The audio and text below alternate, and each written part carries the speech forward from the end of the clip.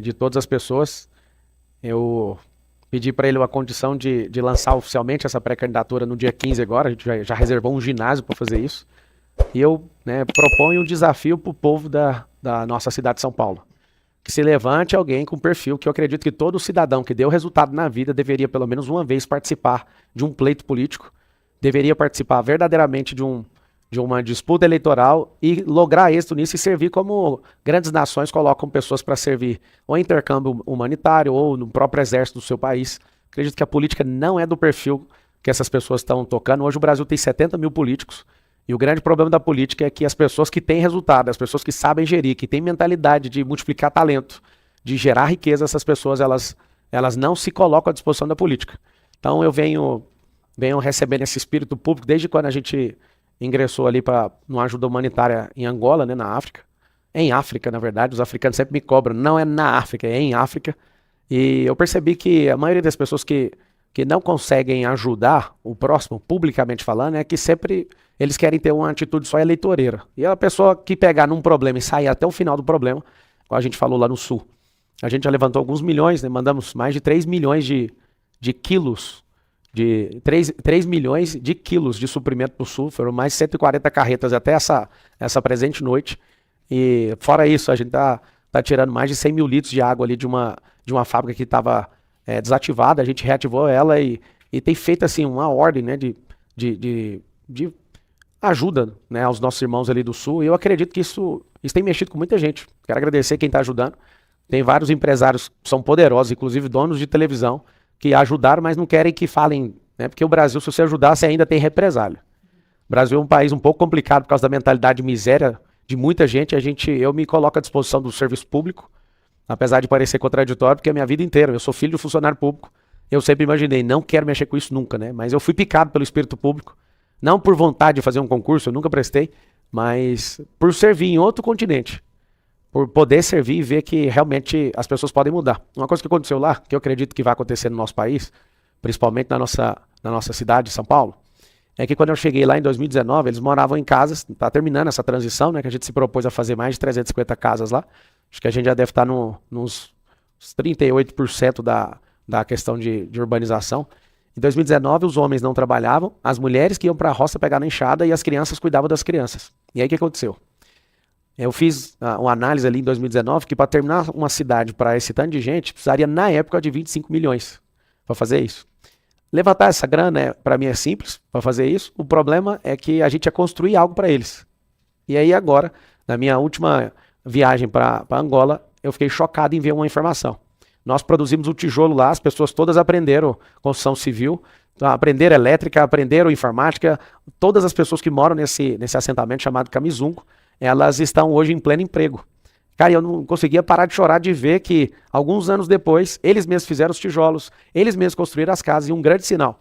Algumas pessoas de lá, com essa habilidade, né, e com essas horas de voo em construção, já foram convidadas para trabalhar em grandes empresas, alguns mudaram, inclusive, para o Brasil, começaram a prosperar. Então, eu acredito numa única coisa na questão pública. Se a gente não fizer nosso povo mudar a mentalidade, não tem como, não tem caixa governamental que aguenta, não há promessa de zerar a fome que vai conseguir cumprir, não há nada de politicagem que vai conseguir. A gente tem que ter políticos que se levantam. Então, eu faço um apelo aqui. A gente vai lançar essa pré-candidatura oficialmente. Eu pedi essa condição para o presidente. Ele já sabe do meu coração está na cidade de São Paulo, está com ele. E agora esse peso aí de responsabilidade de ser presidente desse partido de forma honrosa, né, de ser o presidente de honra, eu aumento a minha responsabilidade, né, com o público, com vocês, com os outros partidos também. Apesar do nome ser partido, parece que está todo mundo um contra o outro, mas se juntar essas partes, a gente constrói um Brasil diferente. E eu quero me colocar à disposição de outros partidos. Eu acho que política é feita com diálogo. Eu acho que a gente cansou um pouco dessa radicalidade, né? De puxar tanto para a esquerda e depois puxar tanto para a direita. Eu que sou piloto de corrida também, posso asseverar para vocês que um carro de corrida que está com problema de alinhamento, ele não termina a corrida em primeiro. Não tem como. Por quê? O pneu é muito suave. E se você falar que vai dar 15 voltas ali em Interlagos, você vai ter um problema. Porque se ficar puxando para um lado, que seja esquerda, que seja direita, o carro vai desgastar o pneu e a gente não consegue competir baixando segundo na frente. Vai chegar ali em quinto para trás. Então precisamos alinhar a cidade de São Paulo, precisamos alinhar o estado de São Paulo, precisamos alinhar o Sudeste, a gente precisa alinhar as regiões e as 5.557 cidades do país não com um herói. O Brasil não precisa de um herói. A gente está procurando um herói desde 1994 e a gente não acha. A gente perdeu o herói, né, o brasileiro mais extraordinário em 500 anos, e a gente não precisa de um herói. O povo precisa se levantar. Eu acho que a geração de ter um herói já passou, acho que a gente já está bem grandinho, com 200 anos de independência. No país onde a gente serve desde 2019, eles conseguiram a independência, inclusive tem um irmão aqui angolano, de lá, está aqui presente, eles conseguiram a independência em 1975. E eu falo para eles, tenham paciência, a gente conseguiu a nossa tem 200 anos e ainda está engatinhando. Então o povo precisa agora ter independência. A gente tem que ter uma independência mental. A gente tem que ter uma independência não só física, mas a da alma. Onde a gente acredita de fato. E o recado que eu mando para todo mundo da cidade de São Paulo é, quando você percebeu ali, né? Quando alarmou a crise, você percebeu que o Estado ele não dá conta de agir sozinho. Vamos triturar o Estado? Não, a gente tem que ajudar o Estado. Não é o Estado que tem que nos ajudar. Nós que somos empreendedores, nós somos 21 milhões de empresas no Brasil. Trabalhadores são 100 milhões. Se a gente se juntar, a gente olhar para o Estado como o Estado é devidamente, a gente não vai cobrar o Estado, a gente vai ajudar o Estado. Uma forma que eu achei de ajudar o Estado é levando ideia para o setor público, é me colocando à disposição. Eu que disputei a presidência da República em 2022, fui cancelado, faltando 13 dias para a eleição, eu virei, né, eu falei, cara, eu rodei 62 mil quilômetros, muita gente acreditando que eu poderia chegar nisso.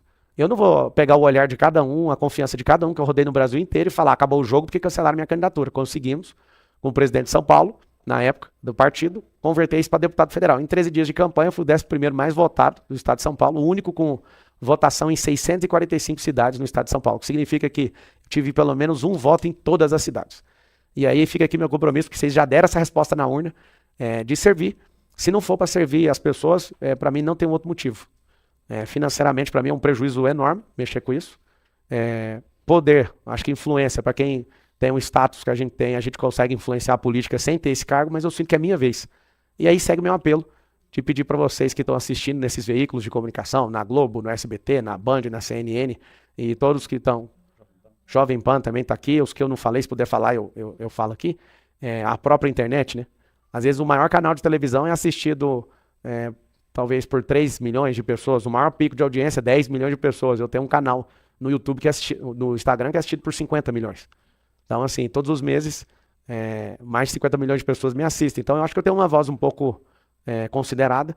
E eu quero usar, né, dessa influência, da minha experiência, apesar de ser jovem, mas de tanta decisão, desafio, experiência que eu já vivi, eu me coloco à disposição. E eu faço um desafio.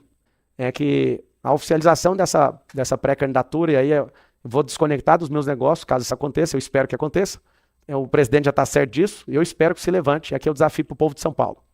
Eu espero que se levante alguém que tem um perfil adequado para gerir essa cidade. Para quem não sabe, depois você pega um mapa mundi na sua casa e faz um risco no meio dele.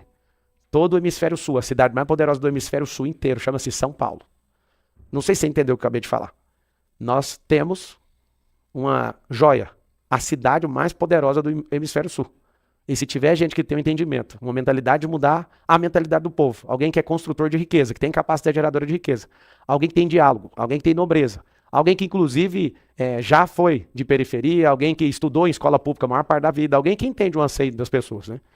Eu que fui, a minha mãe por muitos anos foi faxineira, meu pai que serviu no serviço público também, eu tenho sensibilidade com isso, apesar da gente ter prosperado muito. Alguém criou entre nós uma divisão entre pobres e ricos, mas eu tenho orgulho de falar que eu já passei dos dois lados. Se você passou, você não é rico? Não, eu sou super rico, tem uma categoria de riqueza, não sei se você sabe, não foi eu que criei, de pessoas que têm mais de 150 milhões de patrimônio no Brasil, é pequena, mas eu já fui rico, já fui pobre, e eu posso falar que agora eu posso ser o prefeito da cidade mais poderosa do hemisfério sul, né? E aí, se vocês tiverem com isso, né, que é a mesma coisa que está no meu coração, a gente pode tornar essa cidade a mais relevante do mundo em alguns anos. E eu digo o seguinte, eu acredito não num projeto eleitoral. Tem que ser um projeto municipalista, que tem que concatenar com um projeto estadista, com um projeto nacionalista. A gente tem que ter unidade na política. A gente não tem hoje, não tem figuras para produzir linguagem nem unidade. Eu faço um apelo para vocês que estão assistindo, ir no Google e pesquisar qual era o PIB da China em 1990. O PIB da China em 1990 era menor que o do Brasil. O PIB da China esse ano está ameaçando, PIB nominal, a empatar com o dos Estados Unidos. Significa o quê? Tem como crescer. Nós temos um sinal vermelho de uma nação vermelha, né? A bandeira poderosa da China é vermelha, falando pra gente o seguinte, cartão vermelho para vocês, porque a gente copiou o que vocês faziam, a gente empatou com vocês. A gente copiou o que os Estados Unidos faziam. Tem um negócio que me impressionou, eu tenho negócio na China, é que em 3 anos de construção civil e de um plano nacionalista que eles criaram, em 3 anos, a China ela usou mais cimento em 3 anos do que os Estados Unidos da América em 100. Significa o quê? Significa que esse povo aprendeu a jogar na infraestrutura, aprendeu a jogar no turismo, aprendeu a jogar em tecnologia, inteligência artificial. Eles digitalizaram o país praticamente. No passado, ninguém gostava de um produto chinês porque eles faziam só cópia das coisas.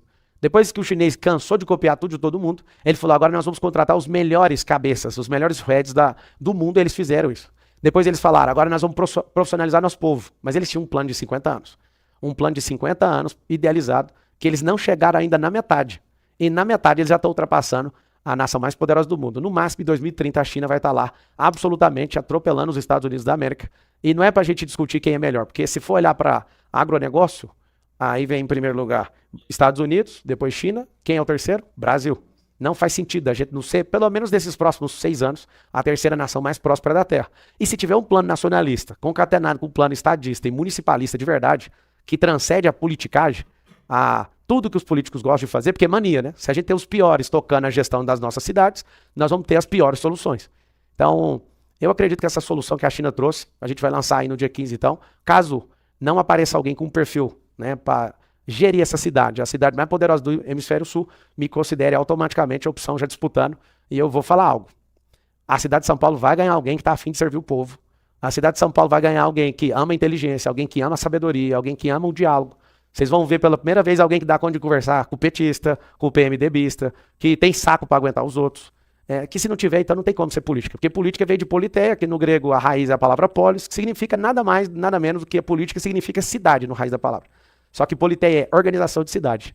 Acho que a nossa cidade tem deixado a desejar. Nosso atual prefeito, ele é um herdeiro político, acho que o povo ainda desconhece a presença dele. Pode ser uma pessoa muito boa, isso não é uma crítica, mas esse é um alerta. Né? Se a gente continuar do jeito que está, o máximo que a gente vai conseguir é resultado pior. Porque repetir resultado é impossível. Por que é impossível repetir resultado? É impossível porque alguém que quer se reeleger tem que gastar todo o dinheiro que ele tem de sobra, de gordura, para se manter no poder. Significa que ele não dá conta de repetir o governo. Significa que ele vai piorar.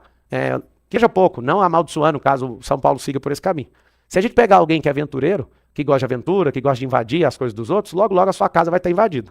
Se você pega alguém que gosta de romance, você não vai ter alguém que vai te chamar para o compromisso, né, de aguentar o tranco. Você pega alguém despreparado, que não sabe o peso de uma família, que não sabe o peso de ter nem colaboradores, que não sabe a experiência de ter gerado um posto de trabalho, que não sabe a experiência de aguentar o tranco, né, de gerir um negócio desse tamanho, a maior cidade do Hemisfério Sul. Mas sabe de quem você está falando? Todas as pessoas que eu acabei de falar, você já sabe, são boas pessoas, são pessoas maravilhosas nos seus ecossistemas, mas talvez eu acredito como cidadão, que está um pouquinho aquém de uma cidade, de um plano revolucionário para fazer essa São Paulo brilhar de verdade mundo afora. Né? Eu acredito, vocês vão ouvir um projeto de governo, eu tomo muito cuidado em estudar tudo, em querer estar sabendo de tudo. A gente vai lançar aí no dia 15, então, um SP50, que é um projeto de governo que vai levar São Paulo para 2050. E aí você fala, mas como? É isso aí, vamos apresentar isso para todos os setores, inclusive para sindicatos. Né? Às vezes você vê uma pessoa que se diz de direita, eles não dão conta de falar com o sindicalista. Eu dou conta. Eu já fui trabalhador na empresa de telefonia. Eu lembro que o diálogo, né, de briga com o sindicato era um negócio muito interessante. Era só para os funcionários ver. Mas depois que acabava aquele show no meio da rua, depois você consegue ter diálogo com todo mundo. Eu acredito no diálogo, eu acredito que o Brasil vai avançar nessa próxima, antes de terminar essa década. O Brasil precisa disso. Né? Nós estamos diante de um avanço tecnológico absurdo. E esse avanço, se a gente não se estabelecer, nós vamos virar uma nação escrava de nações tecnológicas. Eles vão resetar as bases da economia. O dinheiro está com 98% no digital, vai virar 100% digital nos próximos 6 anos, na verdade. Nossa indústria foi movida por uma energia suja, agora vai ser por uma energia limpa. O automobilismo vai ter um reset e vai passar tudo para energia solar. Ou seja, se o Brasil não se especializar nisso, nós vamos virar escravo desse povo. A gente vende minério precioso a preço de tonelada, que é barata, e depois a gente compra o nosso próprio produto a preço de grama. Ou seja, você vende o preço em tonel, as pessoas para levar isso embora falam, vou pagar R$1.000 numa tonelada. E depois para comprar de volta eles vendem por 5.000 a grama para nós. Ou seja, a gente ainda não entendeu o jogo internacional. Então me coloco à disposição. Obrigado por vocês terem vindo.